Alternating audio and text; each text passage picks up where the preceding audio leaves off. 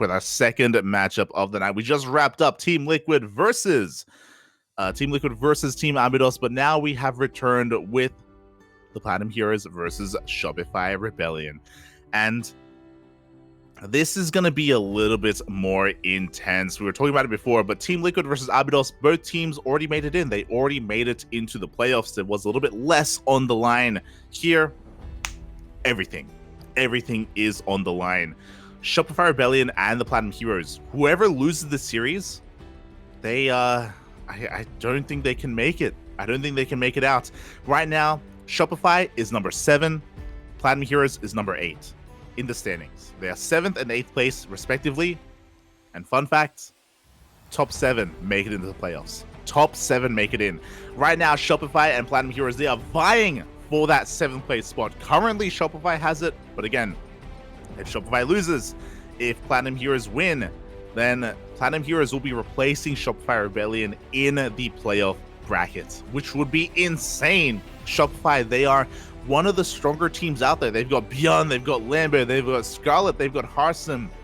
But they've been struggling. They have been struggling in the Team League match. They are barely making it into the playoffs. Potentially. If they do make it, they will barely make it in. And maybe they will barely make it out. Maybe they won't, as it comes down to this matchup against Platinum Heroes. And we're going to be kicking things off with ShaDoWn versus Lambo.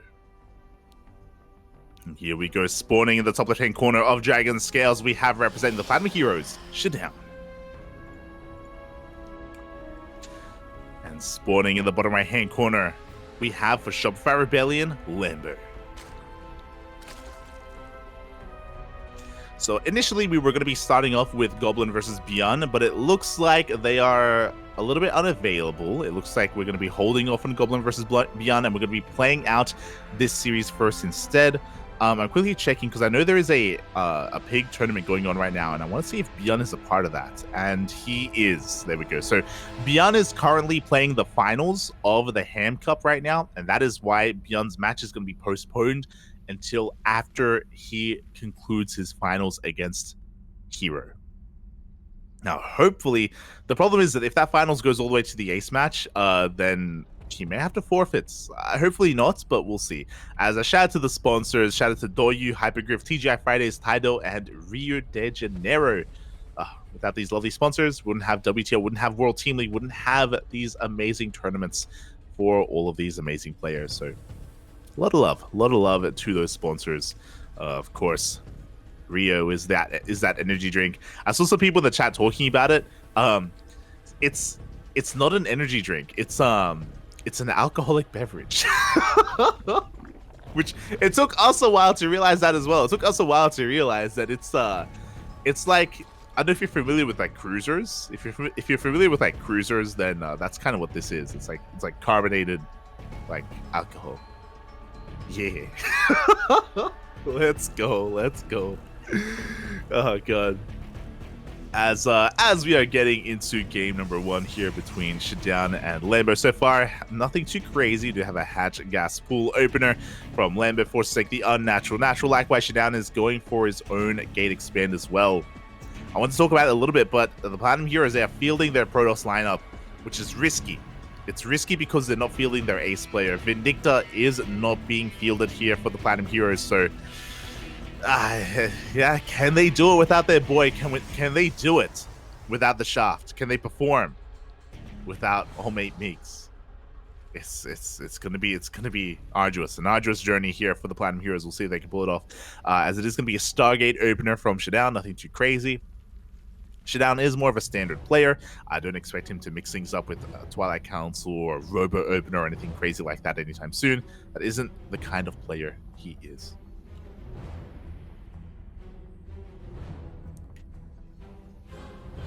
Pig stream just ended? Wait, what? I thought they were in the middle of the finals. Never mind. Okay. Fair enough. As we are just getting used to this. So far, nothing too crazy. We do have Lambo just setting up his third base, saturating them as we speak. It is going to be an Oracle opener from our French Protoss. As to be expected, we should be seeing a couple more behind this for our third base. There's a reason why this opener is so meta, is so standard here in PvZ, and the reason for it is because it's just a safe way to take your third base, to have a lot of map control, and even harass across the map. You get the best of both worlds. As I say that, the Oracle moves out and is not in position to protect this probe, so the probe is going to get targeted here by Lambo. The probe does go down across the map. The Oracle gets 2 drone kills, which is nice, but not worth the massive delay that we have on this Nexus. Ay. So, ShaDoWn playing with fire, being a little bit risky, being a little bit greedy, sending his first Oracle across the map, does mean that he's going to be delayed, does mean that he's going to be slowed down that much more. It is going to be a triple Oracle opener coming out from ShaDoWn, so he's going to be delaying his Twilight Council and delaying his Forge a little bit longer here in favor of more Oracles. As he does move out, Lambo gets a full scout of the main base. He gets eyes on that third Oracle. The Lings show up once again to try to pick off that probe, but no, the probe survives. He lives, buddy. He lives. The shaft was overheated. Oh, felt like this. Did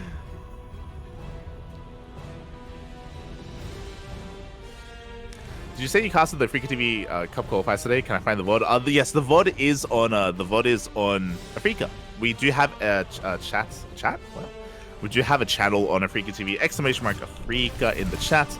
We were casting earlier today on Africa, and we'll be casting tomorrow on Africa as well. As the harass has begun, we have 2 adepts coming into the third base. We have the Oracles dipping into the main. 3 drones go down, but only 3. Again, pretty acceptable losses for Lambo. Nothing too major, especially considering that he did delay the third base. So these are losses that he can afford. Losses that aren't the most impactful, but now the Oracles have joined forces. All 3 of them have come together. And with 3 Oracles, we can even focus down Queens. As we can see, he tries to go for them, but will barely be forced back. Will barely save that Oracle. Again, Lambo handling this so well. Nope. We can see even another Link counterattack gets 1 probe. This probe damage is slowly adding up. Behind this, we don't have a Blink +1 follow-up. We actually have a Charge +1 follow-up instead. That Prism is on the way. We have a Gateway Explosion as well. ShaDoWn can hit quite hard with a couple of Archons and a massive wave of Zealots. Can this go unscouted, though? Can he catch Lambo unawares and unprepared? For the time being, Lambo is working on Lingbane Roach Ravager, a very solid army composition. It's what we expect at this level of play against any kind of really Twilight Council follow-up. This is the bread and butter of ZVP. Baneliness about to finish up. Roach speed in production, +1 melee about to kick in as well. The Archons are being morphed in. I don't think they've been revealed yet. I think they're actually looking to go for a bit of an Archon drop across the map. Here we go. The Archons are moving on the left-hand side. The Oracles are diving into the main. Stasis Trap is going to connect here with the Queens. Very nicely done here by ShaDoWn. Meanwhile, here comes the Baneling Waddle Bite. Can he react in time? He does pull the workers away. He's able to avert disaster. Oh, the Lings, though, they do make up for the lack of Baneling connections. As here come those Archons, and it looks like Lambo was not expecting this. He was not in position. Every single Queen is going to be going down. The Roaches are a little bit spread thin. And ShaDoWn, he's looking to snowball out of control. He got 3 Queens. He got a lot of these Roaches as well. Lambo needs to consolidate his army. He gives up the 3rd. He does pull the workers away. These Zealots are getting out of hand, though. ShaDoWn getting on top of the Queens once again for a 2nd time. The Roaches, though, as they come out to reinforce, it looks like we are running out of steam. The Zealots are being picked off one after the other. Lambo is going to be able to hold just barely. I say that, but here come another wave of Zealots. And even if we hold, we have lost a lot of workers. 16 drones went down. And this is the push that ShaDoWn was working towards. Ideally, it would have killed his opponent, but now he has to transition. You can see, 2nd Robo, a Bay, +2, Immortal. Everything starts up at once. Very clearly, ShaDoWn was hoping to end the game with that push. With that, of course, double Archon charge shot timing with +1. Unfortunately, he wasn't quite able to, so he has to try to back off and try to go for that 2nd step, that next wave, incorporating Colossi and Disruptors. Meanwhile, Lambo is going for a big counterattack. He's not droning. Lambo, he lost a lot of workers and he is not replacing any of them. He's going for a big push instead. He smells weakness. He feels like ShaDoWn is vulnerable right now, and he would be right. What do we have at home to defend? We don't have a shield battery in the natural base. We do have one at the third. Force Field's going to be buying some time. The Banelings, they roll on in anyway, and they will find those connections. They take down the cannon. Lambo committing so much to this. It looks like he is barely not breaking through. The juggling from that prism. The Archons are saved. And now Lambo, he's in quite a bit of trouble. Lambo, he pushed out with 61 workers. Now he's droning. Now he's trying to resaturate his bases, but he lost so much in that attack. Any kind of momentum that he once had is now gone, and the pendulum swings in favor of ShaDoWn. Now he's the aggressor. Now he pushes out. This is getting really scrappy. This is... oh boy. This is getting pretty back and forth here. Lambo goes for a massive link counterattack. Is going to deny the fourth base. Ooh, that's not a cancel. That is a kill. That's 400 minerals down the drain. A big misstep there by ShaDoWn. Lambo fighting back. He's giving himself a lot of breathing room to re-drone. He forces the entire army to turn around for nothing because that was a kill in the base as well. The disruptors are on the horizon, and we know how powerful disruptors can be. Even if you're at a supply advantage, that means nothing in the face of 2 or 3 disruptors. As Lambo is looking for another kill on this base, and is he going to be able to get it? Oh my god, he does force another cancel. That was close. Thankfully, it was canceled this time. Thankfully, we're able to preserve at least some of those resources, but this is a big delay on the 4th. Again, not just a delay, but it's keeping ShaDoWn back at home. Meanwhile, there's a reaction time. Ooh, just barely. 5 probes go down. Could have been so much worse. Lambo getting up to a much more comfortable 75 drone count. Not too bad.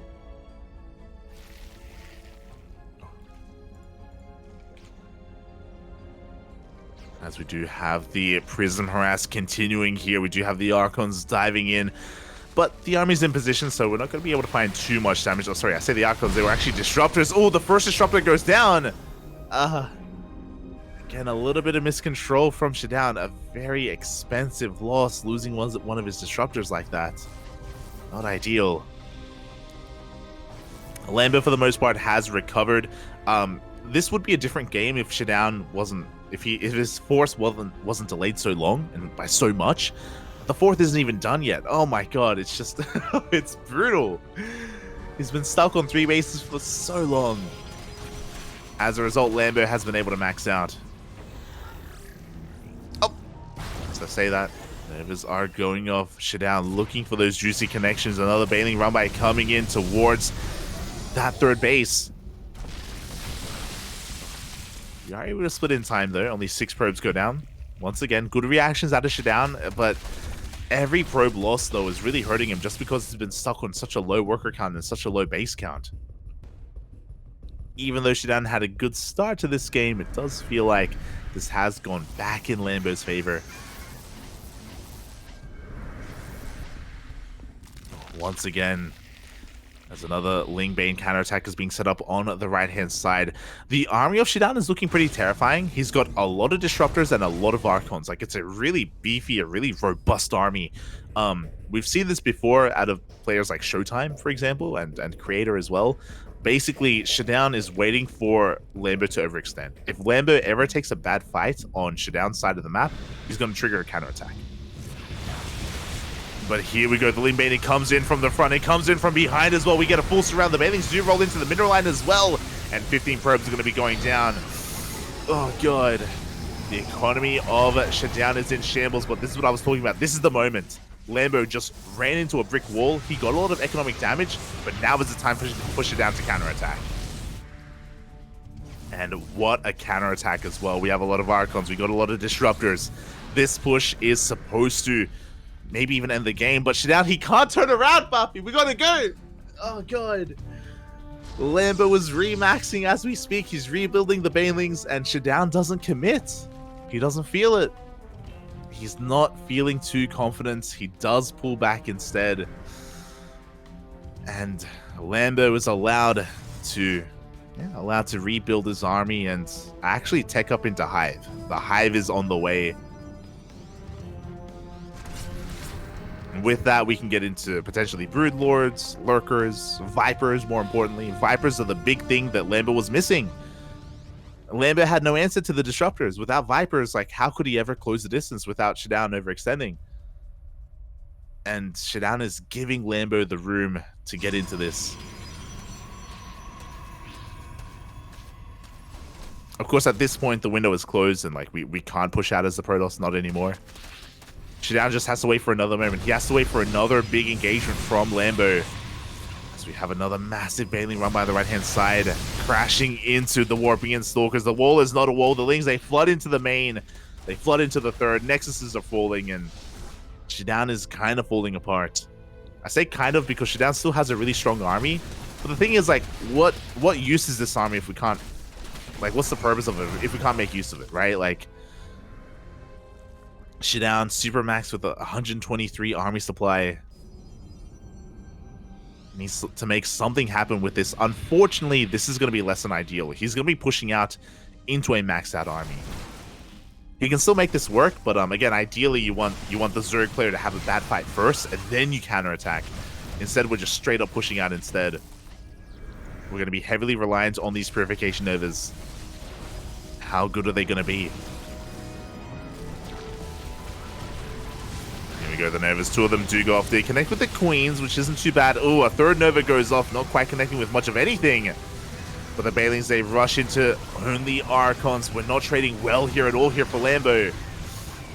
As ShaDoWn is pushing on forward, the Death Ball is real, and it looks like ShaDoWn should have enough. Oh my god, the Roach army crumbling before the might of the Protoss.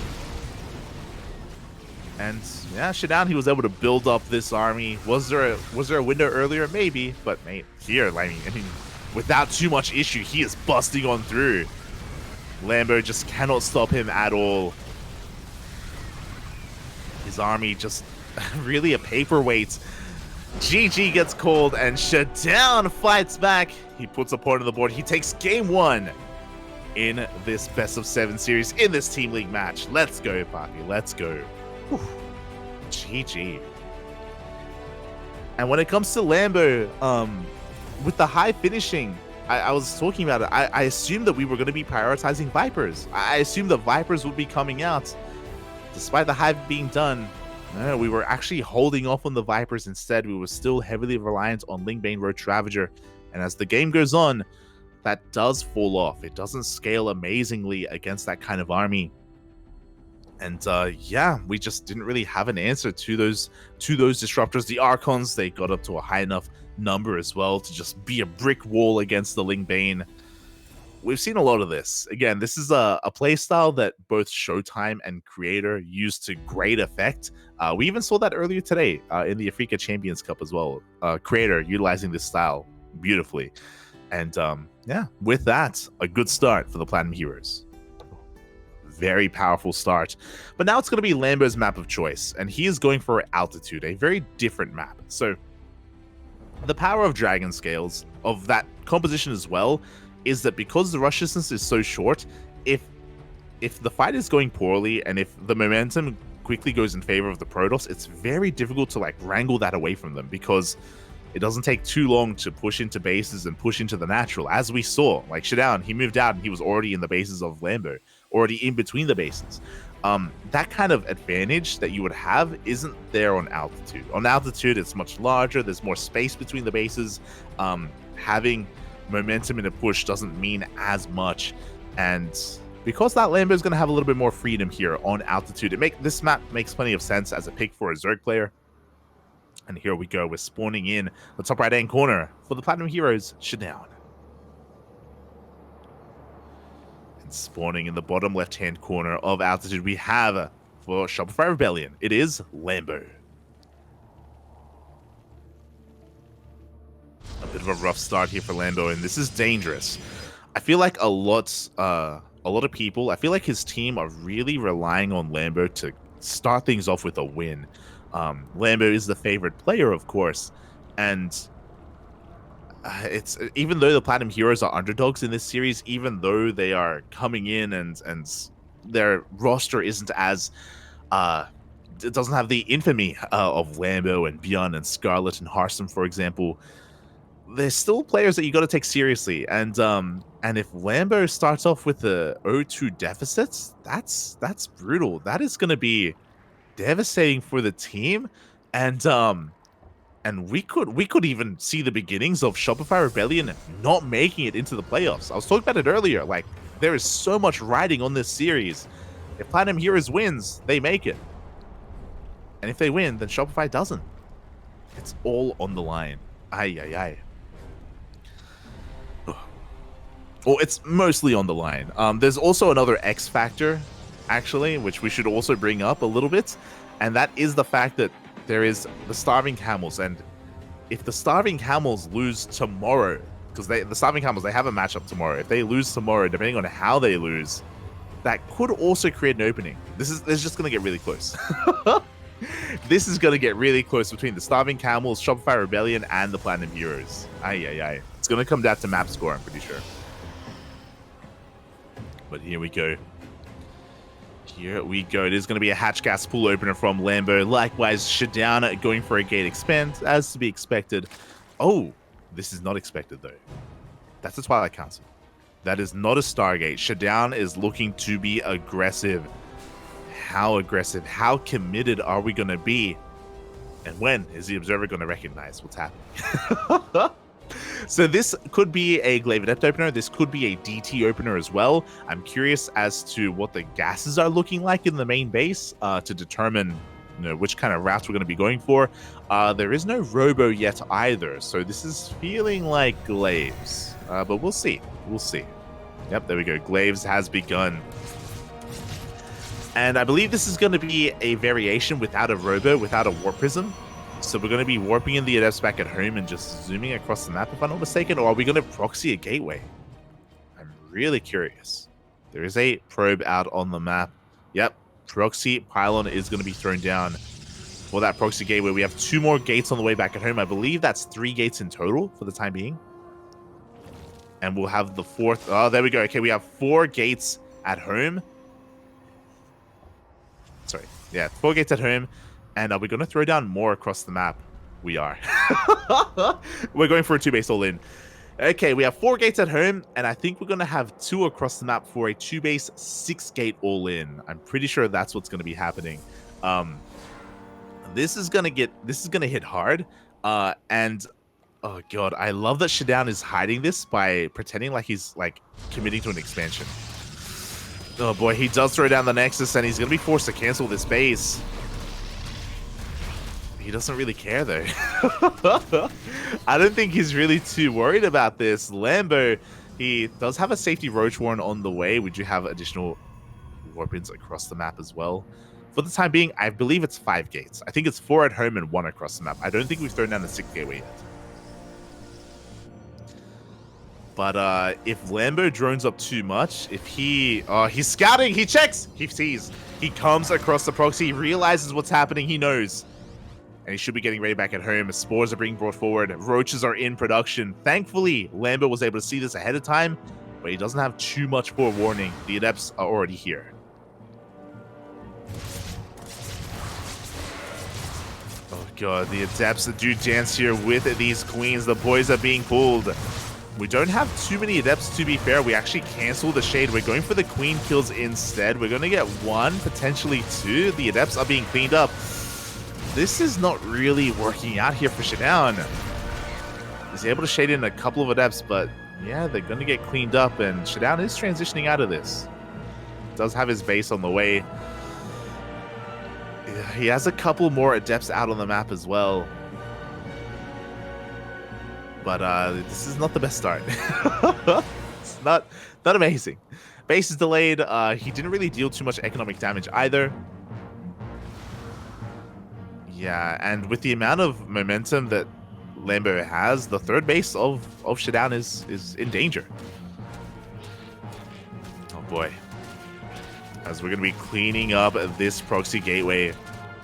Blink on the way, Forge as well. Forge is late, Forge is delayed. Everything in general for ShaDoWn is delayed just because of this build, because of this opener, and it did not pay off for him. And as a result, he's going to be playing from one step behind. Meanwhile, Lambo is going to be able to saturate his bases. We got a lair on the way, 4th base as well. Double Evo chambers for double upgrades. Lambo is sitting back pretty. There's not much for him to be worried about.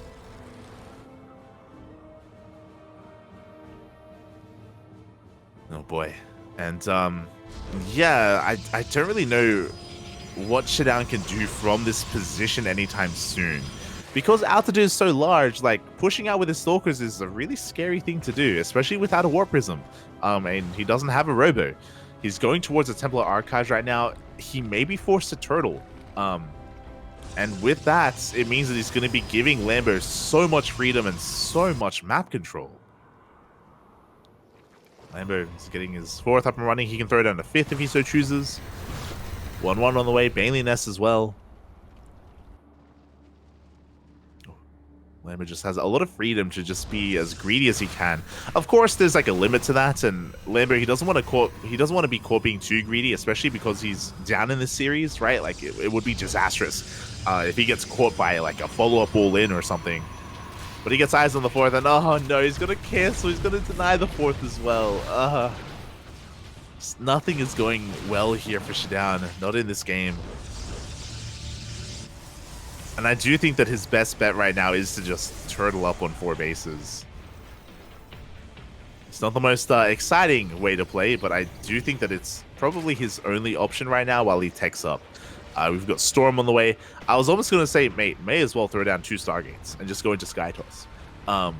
It's obviously risky, but like anything you do at this point is going to be a little bit risky. Here we go. He's trying to wall off, but the Lings, they get here just in time. The probe goes down.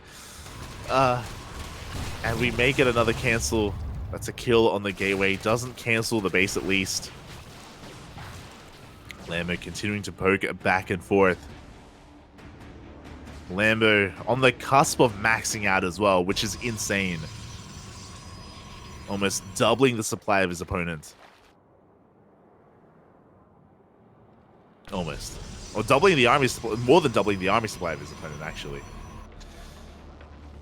As yeah, Storm is still a ways off. Ravages are being morphed in, and this is just what happens after like in a way a failed all-in, where the opener of ShaDoWn was just so committed it had to do damage, and because it fell on its face, Lambo just had such a massive lead that snowballed into the current game state where he's up 70 supply.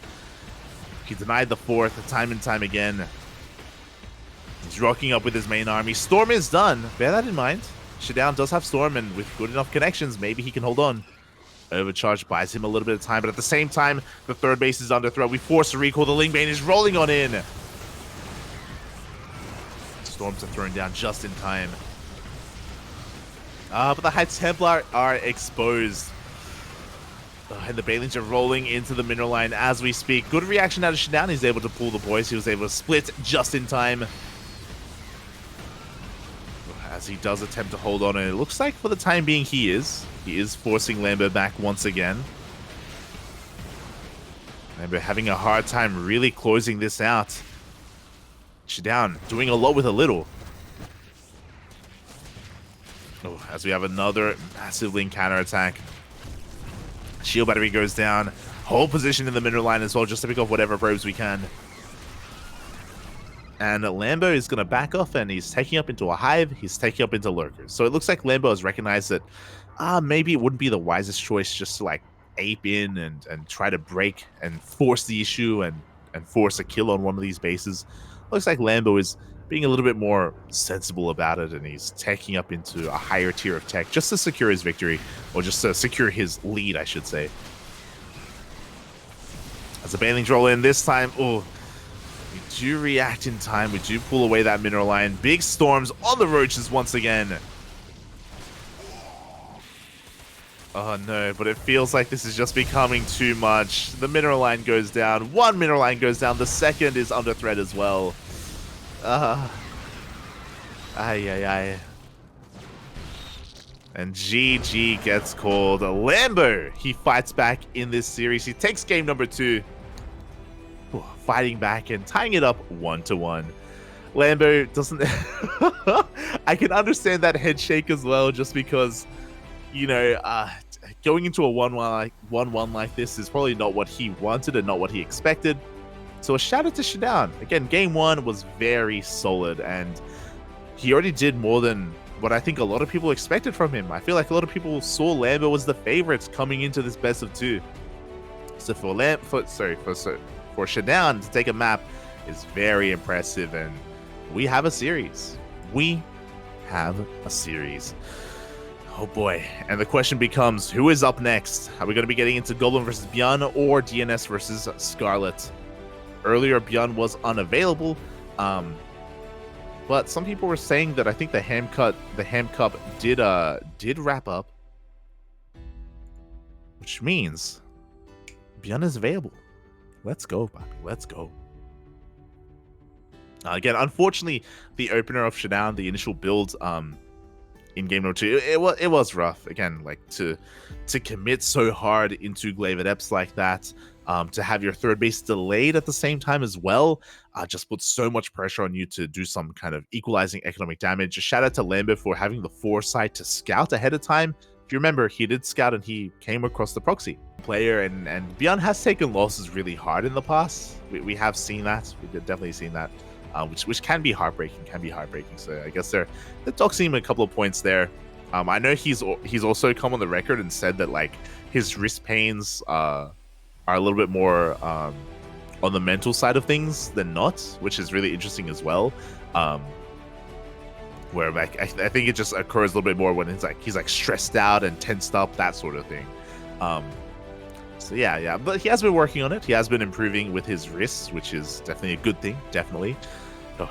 And yeah, we'll see what happens, how this does unfold. Of course, Goblin is the underdog, but ShaDoWn was also the underdog. I'm sure Goblin has been putting in and investing a lot of time into figuring out his strategy for Ancient Cistern, figuring out his build of choice, and how he's going to snipe ByuN. Oh boy, here we go. As game 1 is going to be taking place on Ancient Cistern. Goblin considered to be the ace player for Platinum Heroes. He's up there, definitely. He's no Migs, but definitely up there. And yeah, this is going to be a bit of a tough ask for him. I'm really curious to see what he has prepared. I do think he's going to have to rely on that. I don't know if like standard play is really going to be enough to bring down a player like ByuN. I do think that we have to come at this with preparation in mind, and maybe game 2 is going to be more interesting as a result. He could go for the Team GP maneuver. For those who don't know, the Team GP maneuver is when you lose game 1, but you give your opponent confidence, and then game 2 is when you come in with your map of choice with a prepared cheese, and you just bring it all back 1-1. Oh. So yeah, we'll see what the plan is for Goblin. Until then, though, just going to be comparing some of those stats, comparing some of those numbers. Goblin, of course, getting a nod in his own macro strategy and mental, as well as here he is in the bottom left-hand corner of Ancient Cistern. For the Platinum Heroes, it is Goblin. And spawning in the top right-hand corner for Ancient Cistern. For the Shopify Rebellions, it is ByuN. Here we go. Oh, let's go. The cams are on. ByuN, of course, was a little bit preoccupied earlier. He was competing in the Ham Cup, which is a big held tournament. A lot of love, a lot of support there. But of course, he did wrap up his performance, and now he is going to be able to compete here in the WTL. Hopefully not too worn out. I know ByuN was playing in the Africa Cup qualifiers earlier as well. But a long day of StarCraft, a long day. Oh. As ByuN is setting up for a Rax Expand, so a more economic opener coming out from our Terran player. Of course, this is an opener that has become very standard over the past couple of months. I know there was a period where Just 2 double gas openers were all the craze. And then more recently, that has kind of fallen off a little bit more, and now it's all about the more economic openers here from the Terran. Is going for that rack expand. CC is going to be thrown down on the high ground. Unfortunately for ByuN, he is going to be delayed by this probe. Not for too long, though, as the probe did dip up into the main base, just to confirm that the CC was on the way. So just going to be a bit of a delay for a couple of seconds from ByuN, but of course he can lift up his CC, he can land it on location once it is done. So it won't be the biggest of inconveniences. Across the map we have our gate expand, and I'm curious to see if Goblin is going to be going into a Stargate opener. There's going to be a Stargate opener from Goblin. I mean, Ancient Cistern is very large, it's very macro oriented. I wouldn't be. Oh my god, ByuN! He's going. He threw down the 3rd CC. He's going for an insanely fun. The greed, Papi. Oh my! There've been so many greedy plays today. It's been insane. ByuN, before the factory, before the starport, there it is. Observer has caught wind. A giga fast 3rd CC into a 3 racks. Let's go, Papi. Let's go. Oh my god. All right. Well, ByuN is trying to get away with murder. He's trying to get away with so much greed, and we'll see if he can. It is going to be a Phoenix opener from Goblin, which is what I was getting at. Because this map is so large, it would make a lot of sense for Goblin to go for something like Phoenix Colossus. That would kind of come into how he's perceived as a player. Already the Phoenix was a little bit of a meme. Goblin, of course, is Rotterdam's firstborn, and he has to make Phoenixes as a result. He has to make Skytos units. And yeah, with that, we already have the Robo on the way. So it does look like it is the beginnings of Phoenix Colossus. The Reaper does dive on in and is going to get a bit of a scat off. Does confirm the Stargate, confirms the Phoenixes. Doesn't see the Robo, though. So at least Goblin is able to keep that hidden. Keep it safe. But would it even matter? Would it even matter if he was headed towards Colossi? Because ByuN is not really looking to be too aggressive. I mean, sure, he's going for a 3 rack, so he's going to have an abundance of Marines. He's already moving out across the map, already catching one of these Phoenixes as well, doing quite a bit of hull damage. Oh, already a bit of a win for ByuN. As his Marines are looking to catch whatever they can out on the map. The Phoenix getting eyes on the 3rd CC, sees that it's already an orbital at this point. Getting ready to be landed on location, and the pressure is going to be on Goblin to try and deny that, to try to make something happen. For the time being, though, he's going to be chilling at home, working towards Colossi. Now these Marines are gonna hit a really interesting timing here. Ideally, 3 Raxes do go up against these Stargate openers, against these Phoenixes, just because Phoenixes are not the most ideal unit against Marines, as we do have to wait a little bit longer for Stim to kick in. Until that happens, the Phoenixes are across the map looking for some damage. They're going to be able to catch a Marine. Maybe a second. Observer does spot the army. There's still no Colossus. We didn't make a safety immortal either. Very keen eyes from ByuN. He catches the Observer. Snipes it out of the sky.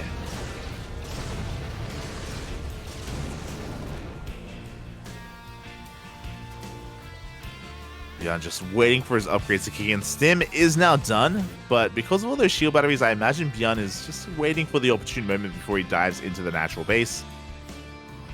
Before he makes use of his army. Goes for a little bit of a lap around those rocks, looking to maybe catch out the army, maybe catch Goblin out of position. Getting an eye on the 3rd base, and here we go. He does Stim on forward. He's going to be able to take down at least these Zealots. Zealots, the Adepts as well. There is no blink. Bear that in mind. As the Phoenixes are going to be able to clean everything else up. So 13 Marines for 4 Adepts and 2 Zealots. Pretty similar mineral trades, but I'm pretty sure ByuN would have liked to have gotten a little bit more value out of that, whether it comes to sniping the probe or taking down the or denying the 3rd base. As the 2nd wave is being sent out.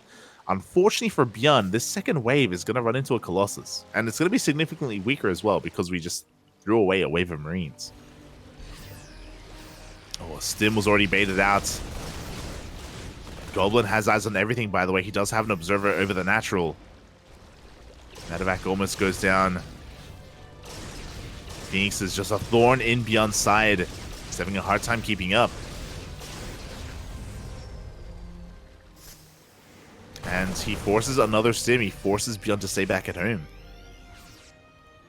And with the arrival of these Colossi, like Goblin, he should be fine. Should be fine against any kind of bio-based push. With 2 Colossi, mate, forget about it. But at least ByuN is able to maintain his economic lead. Getting his third base on par with the third of Goblin, or faster than the third of Goblin. Goblin going for a bold move. He dives on top of the Marines and he gets a medevac. And I don't think he lost to Phoenix. I think ByuN recognizes it. Hold up. How did you know that I wasn't quite paying attention there? Okay, you had an observer. Does take it out. But yeah, not a bad pickoff here for Goblin at all. He circles around. Tank is exposed. He shouldn't get the tank, but he threatens the army. Definitely does some damage. Phoenix is continuing to be produced as we speak. As Goblin is going to be refining his army finally with a Twilight Council. Charges on the way. Temple Archives as well for charge lots for Archons as well. Goblin's army not looking too shabby. Meanwhile, ByuN has rushed into Ghosts. He's already making 3 Ghosts at a time as we speak. So even though he can't really be too active for the time being, once the Ghosts arrive, once the EMPs hit the field, then that will be a different story. God, this ByuN's army is so Marauder heavy. Meanwhile, Goblin taking his 4th base as we speak. His 4th on the way. We're up to 3 Colossi. We're working on a 4th Colossus as well. A little bit of overkill, but I don't blame him. Especially against ByuN, I feel like more Colossus is probably better than less. As ByuN ignores the Phoenixes, he's pushing out on the map. He is going to confirm the army. Goblin should be racing back home. Phoenix is out of position. We're going to be able to shave off a couple of Marines here and there. As ByuN pushes on forward, he's going to be threatening that 4th base. Oh, Goblin not quite keeping up with the rotation. Not quite in position. Does force a cancel on the 4th. Oof.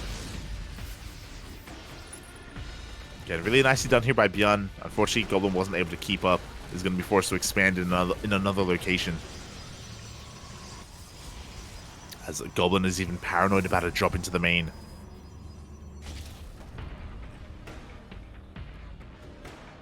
As ByuN hasn't really committed to a big fight yet. He's going to be rotating around. He's going to be looking for another angle. Better angle.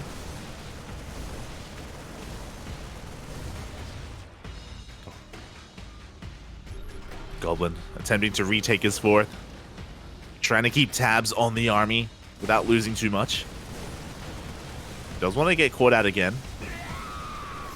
The one thing that I'm surprised by is that we have 4 Colossus. We haven't started Disruptor production, which is crazy.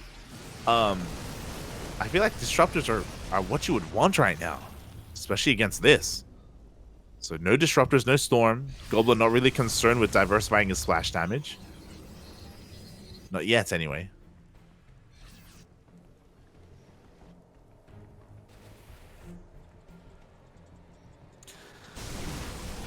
Yeah, interesting choice. Like, he's got a High Templar, but if I'm not mistaken, I'm pretty sure I could be wrong. Maybe he does have...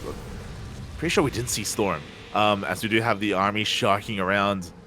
Yeah, we're just morphing in High Templar for Archons. And here we go. EMP does connect with those Phoenixes. We're pushing up a ramp into these tanks, but there's so many Zealots on the ground. The Archons as well are pushing on through. Do we have enough Protoss? And it looks like it's going to be close. The juggling on these Colossi is looking really good, but it's only the Colossus left. There just isn't enough else on the ground. Again, Goblin caught out of position, pushing up a ramp into the army of ByuN. At least he did keep all of his Colossi alive, so he has that going for him. But the Archon count was reset, and he did lose a lot of his Phoenixes. Likewise, ByuN, he backs off to lick his wounds. Another Is that right? Am I seeing things? Is this what Goblin does? I don't cast enough of Goblin, to be fair. I only cast him in WTL. But he's got a 5th Colossus on the way. The amount of overkill there is insane. For those wondering, Colossus, when they attack an army, there's a lot of overlap when it comes to their swipes. And as a result, if you have too much Colossi, there's basically just wasted DPS there. It's considered inefficient to have too many Colossi in your army. That's why, that's another, on top of that, obviously, you're typically forcing a reaction when it comes to the army composition of your opponent as well. And you want to diversify, you want to make sure you have something else, whether it's Storm or Disruptors. Oh. But no, we're just Mass Colossus. We just keep on making, why not? I mean, there are no Vikings, I guess, so maybe he's like, look, if this guy doesn't make any Vikings, I'm just going to keep making Colossus. But as I say that, there are 3 Vikings in production as we speak. This is another reason why you want to make sure you don't have all your eggs in one basket. As we are making Immortals instead.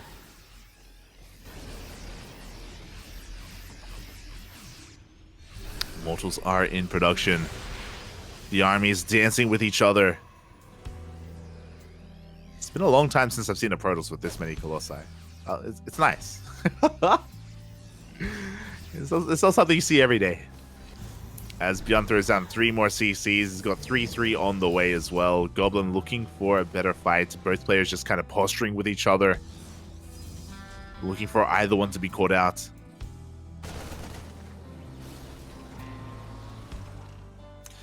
It's one of those things where it's like, okay, look, if we're not going to be switching up our splash damage, that's fine. At least like throw down additional Stargates so we can start working towards like Sky Toss or something, right? But no, like Goblin, he's sticking with this.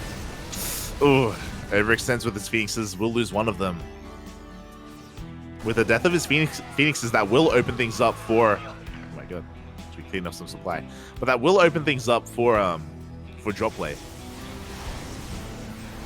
As the Vikings rock up, there are no Stalkers with this army either. The Vikings going uncontested, massive EMP on those Zealots. 5 Vikings are being made at a time. 6 Vikings at a time. Oh my god. The Vikings on their own can go ham. There aren't enough Blink Stalkers or Archons to protect these Colossi. The Vikings are going to win the game on their own. Oh boy. We do have Blink.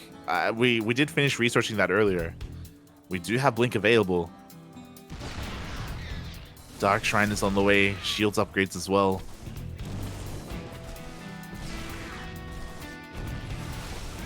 Goblin is able to catch some of these tanks on siege. Not too bad. Vikings are pulling up behind the army as well. Solid hold position micro. 8 SCVs go down. But here we go. The Vikings do reveal themselves. They take down every single one of those Phoenixes. And now they can focus on the Colossi as well. The Archons are doing quite a lot of splash damage on them though. To be fair, 1 Colossus goes down. Only 1. And we have freed up supply. We have a second Robo on the way. Please don't tell me we're getting that second Robo for more Colossi. Oh, okay. I'm ready for it, Papi. I'm ready for it. Show me what you got. As ByuN is still cranking out more Vikings. Neo still frames on the way. High sec auto tracking. All the upgrades. Why not? And yeah, like I don't want to harp on it too much, but Goblin's army composition, it feels lacking here. It's very heavily reliant on Charge Lot Archon. But we have so many ghosts and so many EMPs available. I don't know how well this composition is really going to work out for him. In a head-on engagement, especially. Maybe that's why he doesn't like Disruptors, because he's so Zealot heavy. I know that Friendly Fire could definitely be a thing. As here we go, we are diving on forward once again. The Bio Army kites back. Meanwhile, the Colossus are falling one after the other. Good hop micro towards the end. Hop pickup on those Colossi, but there's only 1 left. As Goblin tries to force his way up the ramp, does take down every single Viking, but did lose a lot in the process. And yeah, he's making 2 Colossi at a time. Okay, let's go. We're committed. This is happening. Meanwhile, we do see ByuN transitioning as well. We have a fusion core on the way to go into Liberator production. Looks like ByuN wants to make sure he doesn't get caught out making too many Vikings if there aren't any Colossi on the way. Some more Archons are being morphed in.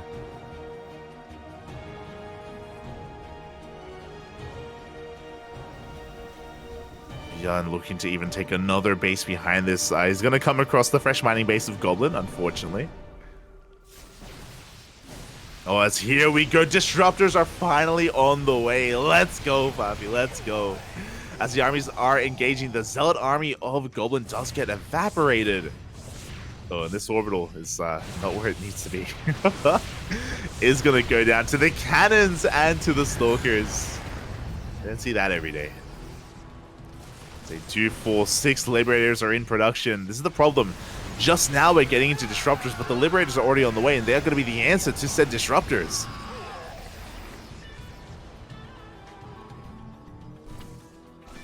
The armies do clash, bouncing off each other. Lib range on the way, +2 ship weapons if I'm not mistaken. Yep, +2, just finishes up. Oh, the army of ByuN is out of position. Planetary is going to be going down. Nova's Golf as well, and they're going to find some good connections. See, this is why we need Disruptors. A massive connection on the Marauders, on the Ghosts as well. But the Liberators have arrived. We have been able to successfully transition out of the mass charge and into Blink Stalkers, though. We do have a solid amount of anti-air. Nova's being sent out once again. ByuN's going to be careful. Another massive Nova goes off, and it will connect. Oh my god. Another massive connection here, and ByuN's army is getting annihilated. He's losing everything. A couple of Novas, and that is it. GG gets called, and Goblin takes game. Yeah, there it is. I was waiting for the smile. It looked like he needed a moment for it to process, and then there's that cheeky smile. GG gets called. Goblin takes game number 1 against ByuN of all players. Let's go. Those Purification Novas were insane. I want to say 3 of them connected, and whenever they connected, they were just so juicy with Marauders, with Ghosts as well. ByuN, unfortunately, taking a really rough fight there towards the end. Things snowballing very quickly out of his control. I was mentioning it earlier, but because we had enough Blink Stalkers as well, the Liberators were going down one after the other. The entire army crumbling for ByuN. Yeah, GG. GG, well played. We have a...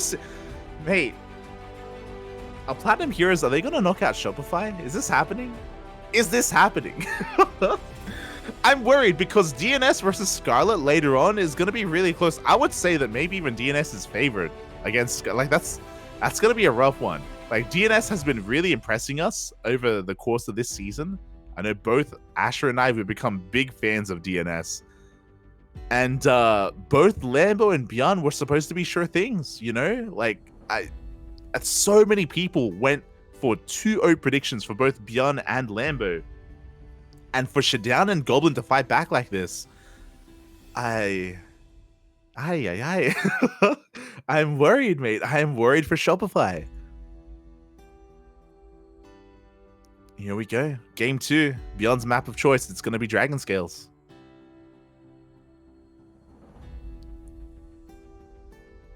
I'm catching up with the chat. Kura saying, as a reminder, no one predicted Goblin to take even a map. That's what I mean. That's what I'm saying.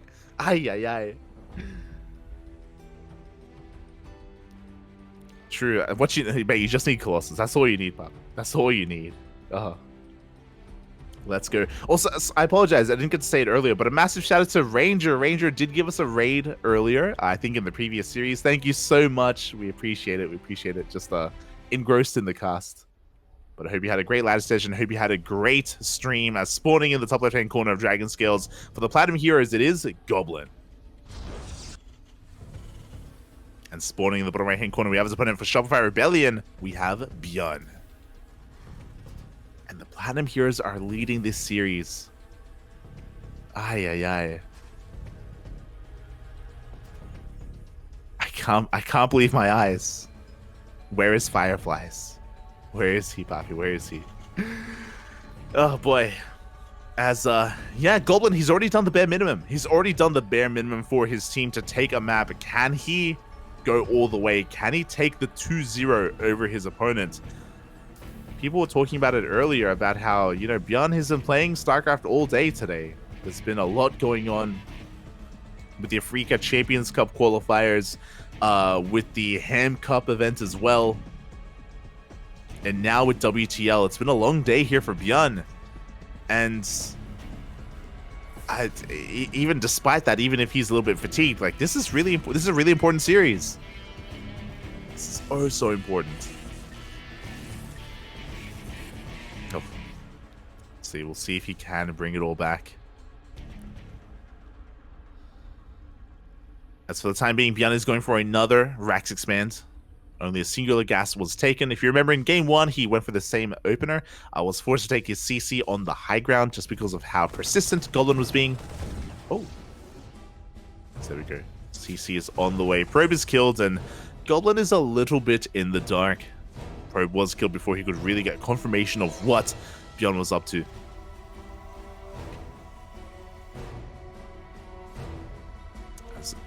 Behind this Goblin, just going to be opening up here quite standard as well, going for a gate expand, nothing too crazy. We did see ByuN as well go for a very greedy opener in game 1. He went for a third CC before his second Rax and before a factory. This time, nah, he's respecting his opponent. He's not going for any kind of crazy early third base. He's going for a 3 Rax, and this is going to be going up against a Stargate opener, which is the ideal scenario for ByuN. He's going to have a mass amount of bio units once again available to him. And Goblin, I imagine, is going to be opening up Phoenixes, which I feel like is a dangerous thing to do on Dragon Scales. The rush distance is really short by ground. I wouldn't be opposed to an Oracle opener, but we'll see what Goblin decides to make here with as his first unit from that Stargate. As additional Raxes are on the way. Adept rocking up just to get a bit of a scout off and should get eyes on the CC, the fact that it's already done, so it was a CC opener, or a Rax expand, I should say. Is denied entry into the main. We have the first Phoenix in production. And again, the Goblin is trying to figure out whether or not it is a 3 Rax, or if a factory was thrown down. Robo is on the way, so just like the previous game, Goblin is going to be going Phoenix Colossus. And when I say Phoenix Colossus, boy, I need to put some emphasis on the Colossus part, because at a certain point, he had 5 Colossus, almost 6 Colossi on the field at once, which is insane. It's Are we going to see that again? Maybe. As the first Phoenix is going to be zooming across the map, is going to be threading the needle, and we'll get eyes on everything in the main base. Gets eyes on all 3 of those Raxes. Is aware of the opener of ByuN, and he's going to be preparing back at home. We have a shield battery on the way, additional gateways as well. Goblin taking a very defensive position here at his natural. He's aware of how aggressive ByuN likes to be. And we'll see if he can hold on long enough to actually get into his first Colossi. The Bay on the way. We're going to have 2 Adepts, we're going to have a Sentry, we're going to have a Force Field. This Force Field is going to be very important as well, as the Phoenixes try to catch some reinforcements or even take out some of these SCVs. Okay, 1, potentially 2 SCVs are going to be going down, not too bad. Meanwhile, ByuN is focusing on his main push, consolidating his army. Stim and Combat Shields are about to finish up in a couple of seconds. This is going to hit hard, and again, it's going to come down to those force fields, and it's going to come down to Goblin's reaction time. ByuN, he's getting ready to stim. Up. He's floating. He's up. He commits. He goes for the stim. He's trying to focus down that sentry, but no, he will not be able to get it. Sentry does pull back in time. Ooh, and Goblin does hold. That was close. You could see ByuN trying to bait out the force field, or try to bait out the spell from Goblin. Did commit, did not break through. And with that, Goblin holds on and is going to be able to get his first Colossus.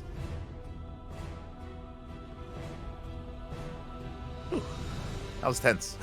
It's a really tense moment for Goblin. He even had a second shield battery just to make sure he was able to hold on as well.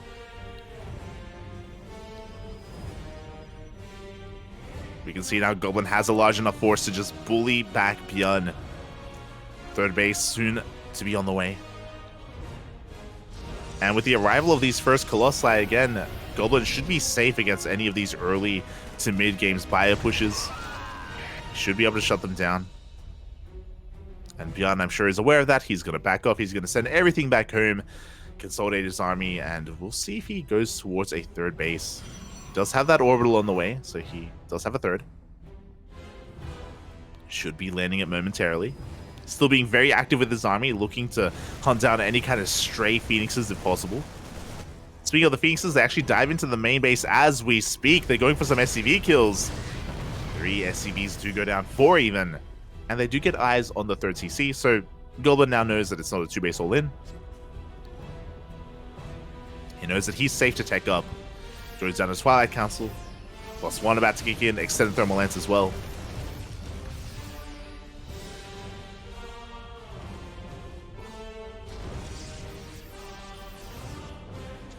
There is going to be a moment here where there is no shield battery at the third, so Goblin is a little bit vulnerable.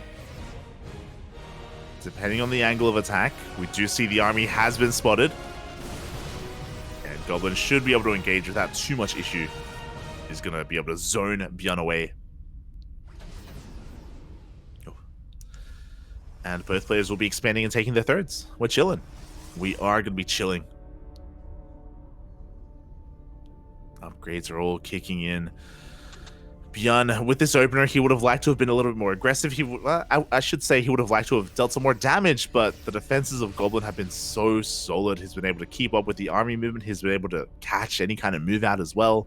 The observer placement has been on point. Now, there is a double drop that's going to be threatening the natural, which is a little bit dangerous. And here we go. He does load up. He's head towards the natural base. Can Goblin keep up with the multi-prong harassment?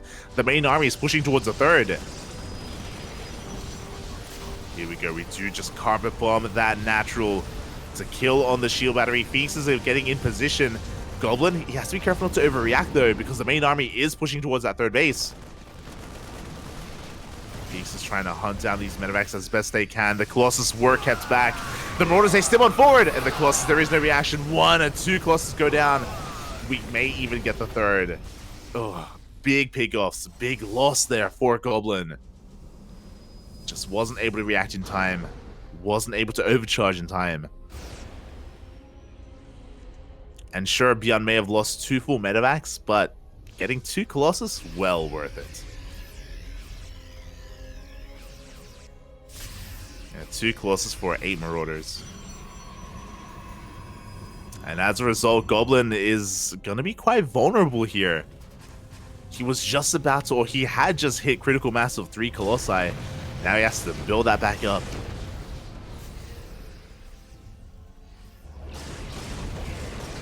As the Phoenixes dive into the main base. Ooh, a solid EMP on the majority, every single Phoenix. No energy, no harass.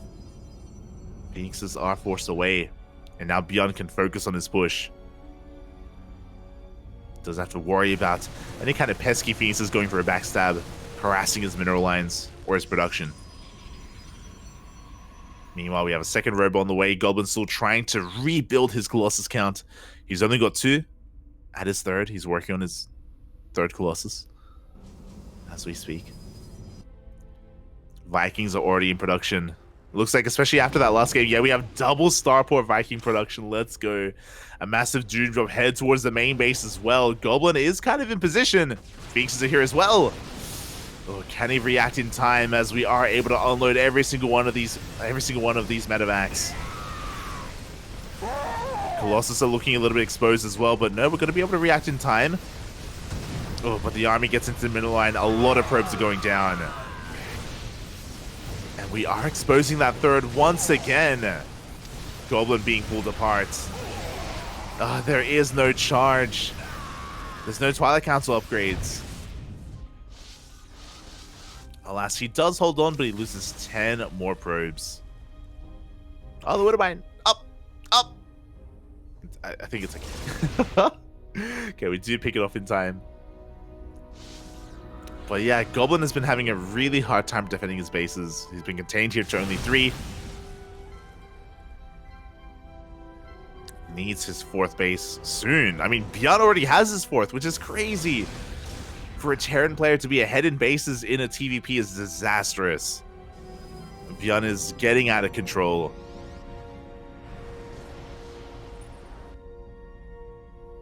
As the game goes longer, ByuN getting further ahead. Goblin going for, oh my, he's going for 5 Colossi again. Making another 2 because why not? He runs into the army of Vikings. We saw how well the Disruptors went for him in the last game. We need the Disruptors, Papi. We need the balls. Oh boy. As the armies dance with each other once again. Ooh, the Phoenixes get caught out. 1, 2, 3 Phoenixes go down. Basically every single Phoenix. Oh. Another big loss for Goblin.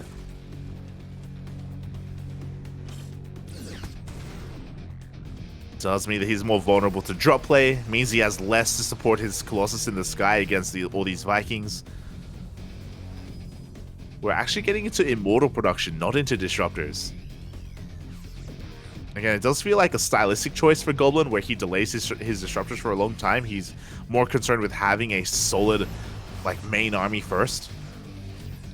Well, that scan barely misses the Observer. Ay, ay, ay. Barely did miss it. 4th base is delayed. Widowmine goes off. Goblin's still stuck with only 3. He has a powerful army, but the reality is that after a fight, Goblin, he's going to have a hard time remaxing. He's going to have a really hard time rebuilding. He needs to expand. Once again, that mine is still active, by the way. That mine is still there, just covering both bases. Both 4th base locations are being denied by Widow Mines.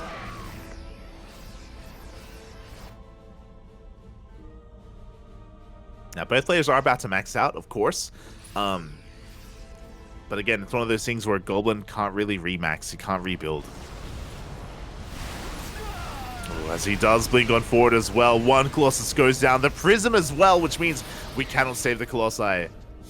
Oof. A good start for ByuN.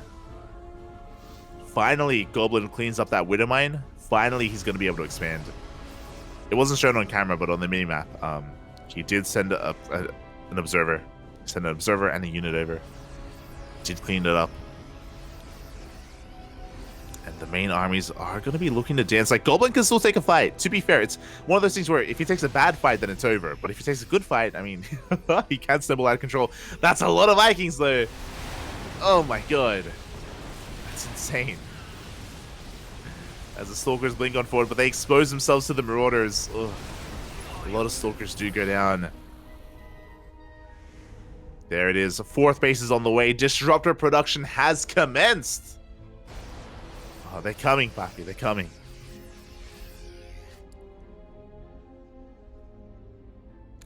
I wonder if this is intentional. I wonder if Goblin wants ByuN to overmake Vikings.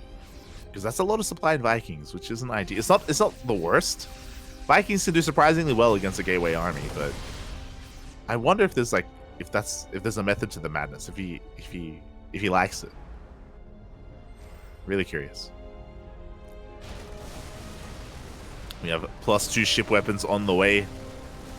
Vikings sharking around. The reality is, though, that if the Colossus die, I mean, Goblin's army is going to have a hard time. But now we have 4 Disruptors. And here we go. We blink on forward. Oh my god, we're going to be taking so many Marauder shots to the face. The first Novas go off. They just zone away the army. They don't connect. We have 2 Novas left. But ByuN, he dives on them. He targets down both Disruptors instantly. GG gets called. And ByuN will take game number 2, tying up the series 1-1. GG. Oh. GG, well played. Unfortunately, compared to game 1, game 2, Goblin had a really hard time getting into that. He was just being harassed and pulled apart left and right by the aggression of ByuN. He was stuck on 3 bases for far too long as well, and it all came down to one big fight. So it came down to Goblin, really, for one big fight, and if he were able to maybe connect some of those Purification Novas, then he could fight back, but not a single one connected. 2 of them were dodged, and the other 2, the Disruptors, were focused down. GG. And we are tied up 2-2. And a lot of this is going to come down to DNS versus Scarlett. And this is going to get crazy. DNS versus Scarlett is going to get wild because out of all of these matchups, I thought that this would be the closest. And we've had 1-1s all around.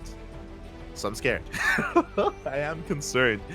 DNS has been impressing us. DNS was looking good against Maru. He was looking good against Cyril. DNS has been just, in my opinion, the MVP of the Platinum Heroes. I know that Goblin is the ace, and I know that Vindicta's the real ace, but I feel like DNS is has been so surprising, like how well he's performed and how solid he's been looking here in World Team League. He was a dark horse coming into this, and I do think that he's become a really key player for the Platinum Heroes over the course of this World Team League season. So I would even argue that DNS is probably even scarier than Goblin. I know, I'm out of line, but maybe I'm just that much of a DNS fan. I'm biased, Papi, I'm biased. And he's going to be going up against Scarlett, and Scarlett has expressed her disdain of ZVP in the past. And yeah, we'll see how well she can perform here. I mean, I'm pretty sure I predicted a 1-1. I'm pretty sure I predicted a 1-1, which would force an ace match, which would be crazy if we do go there.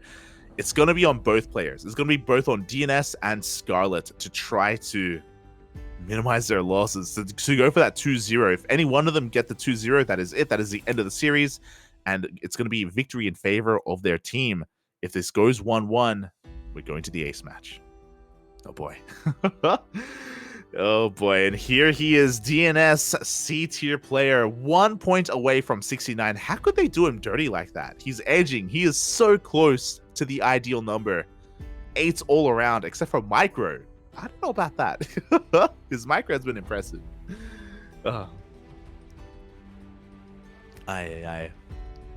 As we do have the opposing player for Shopify Rebellion, Scarlett, coming in as a B-tier player, has a legacy behind her as one of the best players in all of North America, is living in the land of Korea as well. There are quite a lot of foreigners in Korea right at the moment. There's Scarlett, Estrella, Future, Special, and I think Nice as well. Oh boy. And this is going to be a close one. According to the WTL admins, they are only a couple of points away from each other. So in Platinum Heroes, they can get Vindicta, they can get Miguelito as well. But we're getting ahead of ourselves. You know, we don't have an ace match yet. We are still diving into our last best of 2. The last best of 2 of the night. Oh boy. DNS versus Scarlett. Everything is on the line right now. Everything. For those that are maybe tuning in a little bit late, Shopify Rebellion, they are 7th place. Platinum Heroes are 8th place. This is the last week of the round robin group stage, and the loser of this series gets knocked down, the winner gets knocked up. This is a battle for 7th place right now, a battle for the playoffs, a battle to make it into the playoffs of World Team League. Of course, there is a third wheel, or there's another kind of wrench in the works, which is the Starving Council. Before that happens, spawning in the bottom right-hand corner of Gressvan, we have the French Protoss player for the Platinum Heroes, DNS. And spawning in the top left-hand corner, we have the Canadian Zerg for Shopify Rebellion. It is Scarlett. Let's go. Here we are. The pressure is on. The time is now. Which way will this go? I do still want to say that Scarlett is the favorite coming into this, but we want to avoid the 1-1. We want to avoid the ace match. Especially if ByuN isn't feeling too hot. If ByuN has been playing, ByuN has been playing all day. He was playing in the Africa Champions Cup in the afternoon. He was playing in the Ham Cup in the evening, and here tonight he was playing in WTL. And you know, it can be taxing. You know, it can be tiring. You can really just sap away at your endurance, at your stamina. Oh boy. So I'm sure both teams want to avoid that ace match if possible. And here we go. We are getting into our PVZ. Into a hatch gas pool here from Scarlett. Nothing too crazy. Likewise, gate expand from DNS as well. with this probe scout. DNS is going to confirm that. Is going to confirm that there isn't an early pool, that there isn't an early gas. Everything is on the up and up. Oh boy. And speaking of Gressvan, DNS has shown us quite a wide array of builds as well. He's shown us some late game. He has shown us some Sky Toss. We were able to see that a couple of weeks ago. He has shown us quite an aggressive style of +1 Blink Stalker as well, and I do think that that's where he can really thrive. Likewise, I haven't actually been able to cast too much of Scarlett. She hasn't been playing too much in the ESL Open Cups or in KSL either. She was a little more active at the start of the year, but recently not so much. Maybe it was in preparation for GSL. You know, Scarlett, she was focusing on the GSL qualifiers a couple of weeks ago. But yeah, outside of that though, I haven't been able to catch too many of her games. So for me, like, her form is a little bit more up in the air. I've only been able to watch her in WTL, and her WTL matches have been a little bit shaky. The last time we saw Scarlett last week, she went 1-1 with XY against Invictus Gaming. So again, has been dropping maps here and there, but hopefully is in form for this week. Arguably the most important week for Shopify Rebellion, as it is a Stargate opener. Stargate opener coming out from DNS, Oracle coming out first as well. As to be expected, nothing too crazy. The initial depths are going to be zooming across the map, looking for some damage, looking to try and pull apart the attention of Scarlett. Actually cancels the shade. It's going to be staying at home instead. Looks like more concerned with securing the third. Fair enough. A lot of this is going to come down to the reactions. It's going to come down to the positioning as well of the queens, making sure we can minimize our losses. As the Lings have arrived to deny that third base, a dive on that probe. We are going to be able to not save it. Probe does fall. So far, a good start for Scarlett. Does delay the third. Likewise, across the map, the Oracle dives in and is going to get a couple of drone kills. Gets two up. Ooh, almost 3 drones, but takes a lot of hull damage as a result. It's kind of baited into diving on that drone. As DNS is already transitioning. So DNS is not going for a triple Oracle opener. He's going to be delaying the third, or he's skipping the third Oracle to go into a much faster Twilight Council. No Forge, by the way. This is going to get interesting. I'm really curious to see what upgrade is going to be chosen from that Twilight Council. How aggressive DNS plans to be. Additional gateways are on the way. This is almost looking like Glaives. But we'll see. Yeah, there it is. Glaives is on the way. So this build has risen in popularity. This is a different variation though. So typically when we try to hide Glaives like this, we only make 1 Oracle because we want to be saving as much gas as possible for the Glaive Adepts. DNS, he is in a way doing this build a little bit more inefficiently, but he's selling the story by having the second Oracle. So because of that, he's making it look like a standard build. He's making it look like standard Blink Stalker follow-up. Oh god! Oh, as the Oracle is left a little bit idle, and it looks like 1 Oracle is going to go down. Oh, DNS overextending quite a bit. Gets 3 drones, but not quite worth it. Meanwhile, these Adepts shouldn't be committing to the shade either. We're just going to be threatening these shades. Scarlett is committing here for Lings to defend. Roach Warren just now thrown down at the 5-minute 30 mark. But we're going to have a lot of Adepts on the field momentarily. Boy. Just waiting for additional warp-ins. Mustering up our force before we move out. And this is going to be a surprise. This is going to be unexpected. As Glaives has now finished up. We only have 1 Oracle to support this army. But here we go. The Glaives have been revealed. We're moving out across the map. The Roach Warren is not ready yet. We only have Lings to defend. We can still stop us around. As the Lings do come in from behind. There's still so many Adepts. The Oracle does get targeted. My god, the DPS is insane. 1, 2 Queens go down. We commit to the shade. We're getting into the natural base. We're getting so many drone kills. Ay. 9 drones go down. This is already becoming worth it. And the Adepts, they still stand strong. They're looking for even more damage. They get another Queen. They shade into the main base. Oh my god, more adepts show up at the third as well. Drones are falling left and right. There is 0 income right now for Scarlett, as all the drones are in transit. Evo chambers are even getting sniped as well. Eventually this will be cleaned up. Eventually these adepts will go down, but they've already done so much. Well, as the Lings do get a nice round. +1 melee kicks in as well, as the adepts try to get a little bit more damage towards the end. And they're going to get a couple more drones before being cleaned up. And now DNS has a massive economic lead. He's up to 66 probes already. 18 adepts for 18 drones, as well as queens, evo chambers, and lings. Well worth it for DNS. Now, this build did delay blink and delayed +1, but because of all the chaos, because of all the havoc, I mean, blink and +1 is about to finish. Like, it's it's right around the corner. So DNS has been able to get away with that. The pressure is now on Scarlett to bounce back, to do some kind of counter damage. At least she was able to survive. She does have her 4th already up and running, 5th on the way.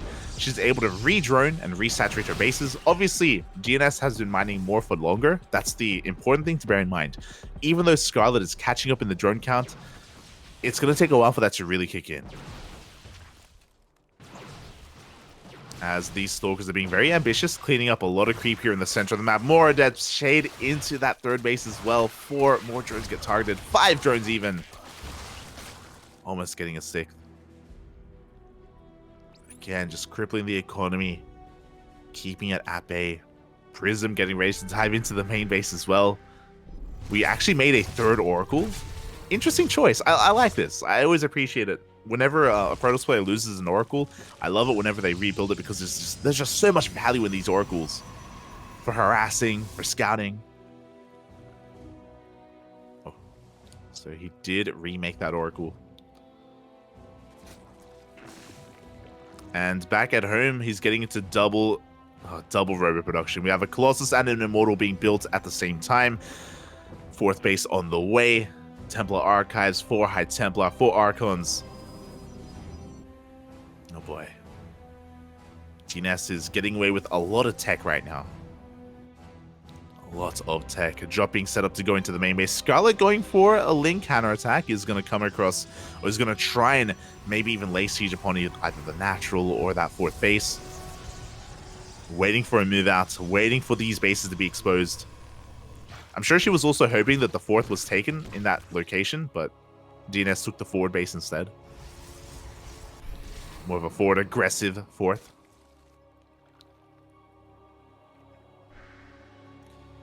And Scarlett is looking to max out on Lingbane Roach Ravager. This is a pretty solid army composition. Not the most supply efficient army composition, but she has been able to max out, and she can now take a fight. DNS, can he defend against this? It's going to be on Archons. It's going to be, I don't believe he has Storm. Oh boy, so here we go. Scar has been building up towards this one big push. He's going to be diving on in. The army has been spotted ahead of time. DNS is now paying attention. He's now looking. He's spinning up his Archons. But the Banelings are coming in from multiple angles as well. They're going to be crashing upon this army. Overcharge does go down. Roaches are diving on in. Can Scarlett break this? There is no Prism. We can't save the Immortals. The Colossi go down, and looks like the Immortals will stand strong. I'm shocked. Only 2 probes died. That is shocking. That is crazy. Only 2 workers died. DNS is actually ahead in the economy right now. He did lose a lot of high-tech units, though, so he can't counterattack. He lost his Colossus, so he's stuck at home. But that was a very efficient fight from DNS. But can he do that again? As Scarlett is about to remax.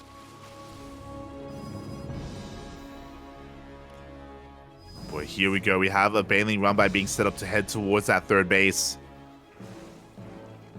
Colossus are being rebuilt 2 at a time. Zealot run-by is going to be distracting Scarlett. At the same time, we should be seeing that Baneling run-by momentarily. Just waiting for a couple more Banelings to morph in. Scarlett, once again, her main army is looking to try and lay siege upon that 4th. It's a lot of roaches. Oh, these Zealot run-bys, though, they're getting a bit out of hand. Drones are falling left and right. Here we go. Scarlett is going to be committing. She's pushing forward with her roaches. At the same time, the Banelings, they do roll in. Do they connect? They do not. They don't get into the mineral line. Scarlett's army is deflected. And she's losing a lot of drones across the map. 15 drones go down. Oof. DNS up to 80 workers.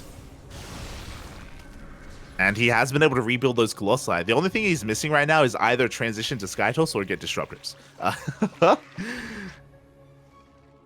I guess in place of Disruptors, like, more Immortals do help, especially against such a Roach-heavy composition. Good. As DNS is building up his Death Ball. He does spot the army. He knows he's under threat. Scarlett gonna try and pull the army of DNS apart. We do have a Baneling run by head towards that third base as we speak. Meanwhile, at the same time, a massive warping into the main. Banelings, do they make it in? Does he react in time? He does pull back at the same time. We do see Scarlett crash upon those Archons. She's getting on top of the Colossus. One Colossus goes down, but the others do pull back in time. She goes for the Nexus. The Nexus will fall, but it costs Scarlett a lot of Banelings. And she may have just triggered a counterattack. Oh boy, the Zealots are still getting out of hand in the main base as well. The spawning pool is under threat. And Scarlett is down in army supply. She just spent a lot killing that base. And now there's a giant Protoss army just working through the creep, working through the bases of Scarlett's. Can she hold on? She's got a couple of Spine Crawlers that will help. Banelings are rolling in as well, but there's no Ravagers. There's not much else here. Yeah, it looks like DNS is breaking on through. There's something about these Platinum Heroes players. There's something about them. We do have another Roach army, though. We're going to be able to focus on a lot of these Archons. Scarlett is making a stand, but it's not going to be enough. Justing. That build from DNS was, as a Zerg player, that was ay. It's really cool to see like how much he did to hide it, but oh god, it was so gross. And we'll see if he has something special for Altitude as well. We'll see.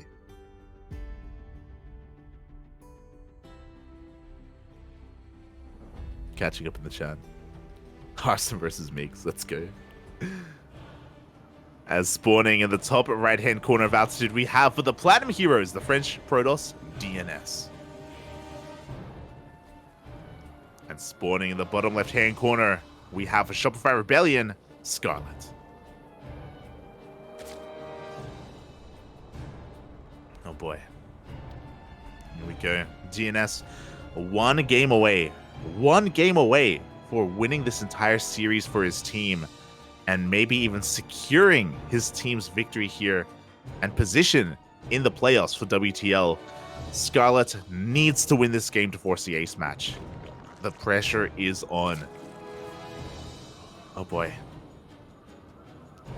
And yeah, we'll see if she can do it. I mean, again, Altitude, you know, she has in a way, the home field advantage. Altitude does work in her favor typically, but the other thing about Altitude, because it's so large, because we have seen a lot of turtle play. Oh my, no. Oh god, no. that was so annoying. DNS, he delayed the spawning pool for a couple of seconds there. That is so tilting. Oh god, he's being so annoying with that probe. But on this map, we have seen quite a lot of Skytoss. We have seen quite a lot of Skytoss. A lot of turtling Protoss players. It's a reality that we have to face. That it is commonplace on Altitude, and DNS is willing to do that. He's willing to whip that out if need be. I hope it doesn't. I hope it doesn't come to that. I hope we're able to have a more dynamic mid-game instead, but we'll see. We'll see what DNS goes for. I hope he doesn't embrace the darkness. I hope he doesn't embrace the Skytoss. Not like this, Papi. Not like this. Oh. As other than that, we do have a standard opener of a hatch gas pool. Again, just a delayed pool for like a second or two. Not the biggest of deals. Oh. More of a mental victory than anything. As we do have that Stargate on the way. So there's going to be a Stargate opener once again from DNS. as to be expected. But as we saw in the last game, even if it's a Stargate opener, that doesn't mean it's going to be standard play. You know, he can hide Glavenus behind it. It's going to be ill-advised. It typically isn't a good idea to go for like a hidden tactic like that 2 games in a row, just because like the likelihood of your opponent being on notice and being prepared for something like that mentally is a lot higher. So I don't expect that. I expect something different. Blink Stalkers wouldn't be too bad. Maybe even Blink Stalkers into double Robo Colossus production, and we go for a more defensive style into those Colossus timings. 2 and 4 Colossi. There are some pretty big power spikes in favor of the Protoss if we do head in that direction. We'll see. As the Adepts of DNS are going to be harassing across the map, they're going to be looking to find some drone damage if possible, and 1 drone is going to go down. Only 1. So far, Scarlett was able to react in time and minimize those losses, as the Adepts are just being as annoying as possible, catching a couple of lings here and there, just really being a nuisance in between the bases. Meanwhile, across the map, first Oracle is out, second Oracle is on the way. And there is no fast Twilight Council, so we're not seeing Glaives. Feels good, man. Feels good. Thank God. As the Adepts are continuing to threaten those shades. Again, only 2 workers going down for now. Second Oracle was about to join up with the first, but that's already a lot of hull damage dealt. So far, good defense, good queen positioning, but no, the Adepts get into the main base. They get even more drones. Oh, this is getting a bit out of hand. 7 workers. Can we get 8? We can. 8 drones go down. Can we get... No, okay, we can. Oh, no, not like this. There was no Spore at the third base. This is game-ending damage. 16 drones go down. An entire mineral line. Oh, God. This is a disastrous start for Scarlett. This is, at a certain point, it becomes unacceptable damage, especially at this level of play. So DNS has a really solid lead. Scarlett isn't out of this, but it's a really rough place to be, not gonna lie. As DNS is getting his third base up and running, working towards Twilight Council, Forge, his Blink Stalkers. The Oracles are hitting the field. One of them went down, but we still have 2 more behind that. DNS looking for even more damage, and there's yeah, we're getting even more done. 20 drone kills. Oh boy. Of course, Scarlett is still going to play this out because there are ways to come back in this game, whether it's with bailing run-bys, whether it's with drop play, whether it's with positional play as well. Unfortunately, a little bit of a misrally. Not that it happens. It happens to the best of us. The drone being sent out. It's all good.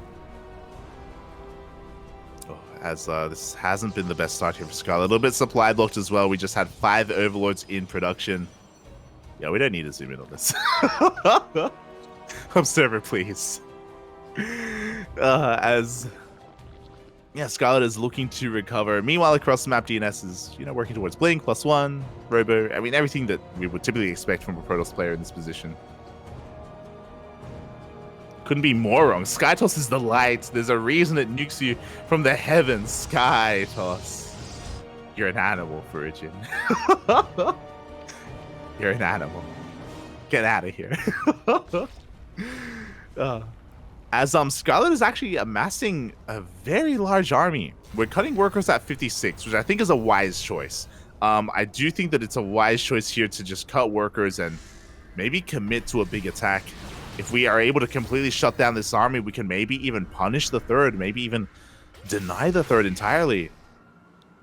As Scarlett has a lot of lings at her disposal right now. Roaches as well. Yeah, it does look like Scarlett's going for an all-in. +1 on the horizon. 56 drones is all she's going to be working with, and after losing so many workers earlier, it makes sense to not try to go for a long macro game. And here we go. We go for the full surround as well. So many lings are available. We force the recall. Oh, only 1 Stalker goes down. Oh, that was unfortunate. Only 1 Stalker. Really good positioning out of DNS, and immediately Scarlett drones up. 14 drones on the way. Gold base, that is another way to come back in this game as well. Focus down the rocks. Get that gold. As DNS still has the economic lead. DNS working on his 4th base as we speak. Double Colossus, double Robo production. This is what I was talking about earlier. How it would be. I said this very same thing. Going from Blink Stalker into double Robo Colossus production makes a lot of sense on this map, just because it's a lot more of a defensive style, and you have a really big power spike when you have 2 and then 4 Colossi. And with how Ling heavy Scarlett is, this Colossus timing is gonna be pretty brutal. Of course, if DNS doesn't get surrounded, that's going to be the caveat here. As Scarlett is droning up to 81, getting towards a much more acceptable worker count at this point. Took a long time to get here, but we got there nonetheless. Of course, as I mentioned in game number 1, even though we have a really solid worker count, we haven't been mining from 80 workers at all. So it's still going to take a little bit for that to really kick in and to saturate that gold base. Meanwhile, DNS, he's just turtling up, just walling off here at the 4th. Lings are still going to find some damage, though. We could force a cancel on one of these gateways, but the Stalkers are able to rotate in time. Colossi are on the way. I don't believe we have any Archons yet, so it's going to take a while for DNS to really build up his army. Scarlett has maxed on Ling Bane Roach. Again, this is an army built to trade, so similarly to last game, DNS is going to be taking the role of the defender, and Scarlett is going to be sending a massive flood of Zerg at his way. It's going to be on DNS to minimize his losses to defend. I mean, we have a wall of stasis fields, or stasis traps. A field of stasis traps. Oh no, there's no bathing speed? No shot. No way. Did we forget? Or did it just... Oh no, we forgot bathing speed! Oh! Bathing speed just started. The army has to waddle back home. This is the waddle of shame. That was overlooked. So Scott's gonna have to back off and wait for that upgrade to kick in. God, I've never seen that many slow bailings. As they waddle back home. Of course, Scarlett still has a really large army, but the problem is that, again, this was meant to trade. We were meant to fight. Because we have to go back home, because we have to wait for bailing speed, DNS is catching up. There was a moment where Scarlett was ahead 30, 40 army supply, right? That was the moment. That was the moment when DNS was the most vulnerable. And that window, it's closed. The window has come and gone, and DNS now is maxing out with a more efficient army, with a more terrifying army. Of course, Scarlett is still going to try and make this work, is going to be threatening here with her army. But we have a Zealot run by across the map. The Prism goes down at least, so we're not going to be having any more Zealots warped in across the map. Scarlett should be able to clean this up. She minimizes her losses. A pretty good moment here for Scarlett. But I do worry when DNS counterattacks. I do worry when he pushes out. I do worry that we're going to get into one of those A-move moments. Definitely could happen. As we do still have a lot of bailings, and there we go. We're going for a massive run by towards that 4th base. At the same time, a massive bailing armor here at the 5th as well. We're rolling on in. Despite how many Archons we have, there's still that many more bailings, and we're going to be able to crash into all these Colossi. The mineral line goes down. Looks like the 4th base did get evaporated. A good trade here for Scarlett, but she's going to be triggering the counterattack. Now that all the bailings are gone, DNS is going to push out onto the map. He's going to get the gold, at least. We'll see how much more he gets. This push could end the game. Scarlett trying to rematch, building 41 bailings as we speak, and they should finish up in time to protect the natural. Before that does occur, we do see DNS. He wants to fight. Scarlett doesn't engage. She needs a little bit more time. She's setting up a surround. Waiting for DNS to overextend. The Archons are brought forward. The bailings roll on in. And we're going to be able to get some good connections on the Colossi, but we pull back to the safety of those stasis traps. The Roaches are pushing on through. Scarlett taking a good fight. Taking the best fight that she could. On top of that, she took down the mineral line earlier. She is fighting back hard. DNS losing far too much. Upon seeing all those banelings, maybe he should have respected a little bit more. Did get the gold, but was forced back, and now has to rebuild his army from scratch. No more Archons, no more Colossi. Scarlett, I believe, should be able to max out first. And for the first time this game, Scarlett has momentum. She does have some momentum going her way. +3 attack on the way. I'm surprised this hatchery survived. I thought it was going to die. The hatchery does live. Scarlett up to 80 workers at this point. We have another Zealot run by, but this time Scarlett is in position. Zealots aren't going to find any damage. What we're really missing for DNS is Storm. DNS has been going for these like big Archon Colossus pushes, but Storm would be amazing. Alas, it's something that he hasn't worked towards. You know what else would be amazing? Sky Toss. If we threw down 2 Stargates and a Fleet Beacon, mate, Scarlett would have no answer to that.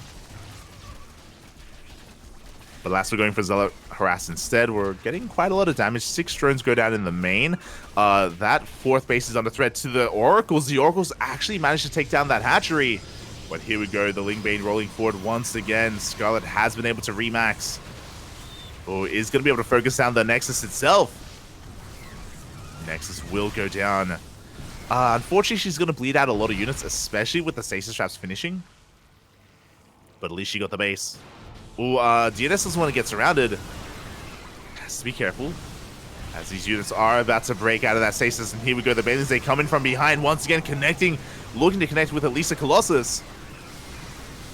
But this time there are so many Stalkers, and it looks like DNS just has far too much. When it comes to the second round, when it comes to the second wave, he was able to overcome the army of Scarlett. Gold base will fall once again. Scarlett doesn't have a bank, not this time. She was able to remax once, but not for a second time. Oh boy, DNS though, he doesn't feel it. Even though DNS, he's up 40 supply, DNS could 100% keep on pushing. He doesn't know what's waiting for him. He's going to back off. He's giving Scarlett the opportunity to build up an army once again.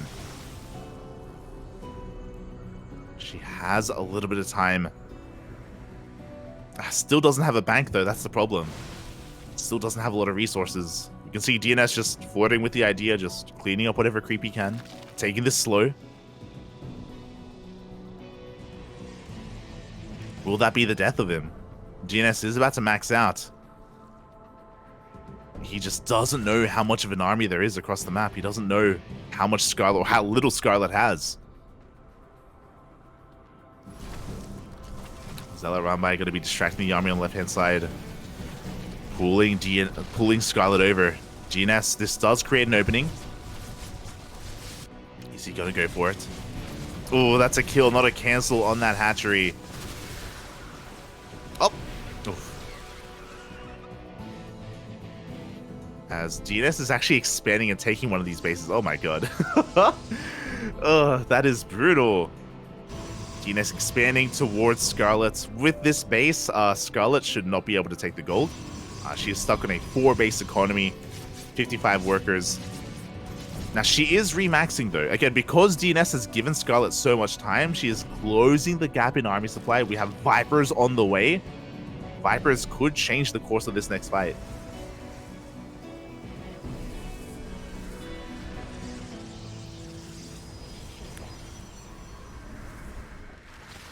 And here we go. DNS is now feeling confident. Now that he has a wall of shield batteries behind him, he's like, nah, yeah, let's go. That's when the confidence comes in. Lingbane rolls on forward once again into the fire of the Colossi of the Archons. Oh, and DNS just absorbs that entire Lingbane army, pushes on forward, and he's getting into the juicy core of the Roach Ravager. The Vipers come in, but a little bit too late. GG gets called, and DNS has done it. DNS takes the 2-0, not just for himself, but also for his team. The Platinum Heroes will win over Shopify Rebellion. GG. Ugh. GG, well played. A result that I don't think many people were expecting. Now, I was on the DNS hype train for sure, but Goblin and ShaDoWn, they put in the work. They really, really did work together as a team. It wasn't just DNS. Goblin and ShaDoWn did their part, taking maps off of ByuN, taking maps off of Lambo, allowing this to come to fruition. And with that, GG, well played. I'm gonna have to double check the standings, but this is gonna get really close. This is gonna get wild. With this, the Platinum Heroes, they are gonna be able to push on forward in the standings. Shopify Rebellion are gonna have a bit of a harder time. Tomorrow, we have 2 more matches. We have the Starving Camels versus DragonKy Gaming and Onside Gaming versus Team Basilisk. Now, Onside and Basilisk, they are top 2. Regardless of who wins and who loses, they're still going to be top 2. Really, they're vying for number 1 spot. The winner is number 1, the loser is number 2. So that's going to be a pretty high-profile match. Starving Camels versus DKZ. This is where things get really interesting. If the Starving Camels win, if they win, and it's the Camels, Papi, it's possible. If they win, I think it's Platinum Heroes and Starving Camels. I think they make it out. I think they make it into the playoffs. If they lose, we're gonna have to do some math. If they lose, we're gonna have to do some math. So things are gonna get crazy. They're gonna get wild. Oh boy. And no, do we have confirmation? We do. We have confirmation. Kuro, can you look at the Wikipedia page? If you look at the Wikipedia page, correct me if I'm wrong, but I believe with that, Shopify will not make it out.